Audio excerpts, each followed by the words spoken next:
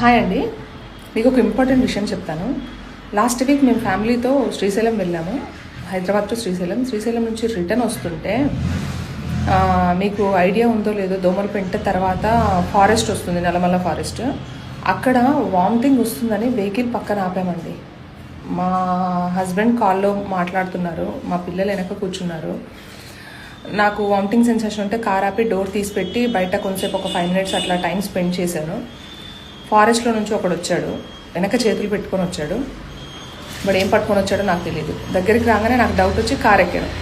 Car ఎక్కిన తర్వాత కూడా వాడు కార్ దగ్గర వస్తుంటే గ్లాస్ డోర్ కూడా కింద ఉంటే గ్లాస్ డోర్ పైకి పెట్టాను. దగ్గరికి వచ్చేసాడు ఆల్మోస్ట్.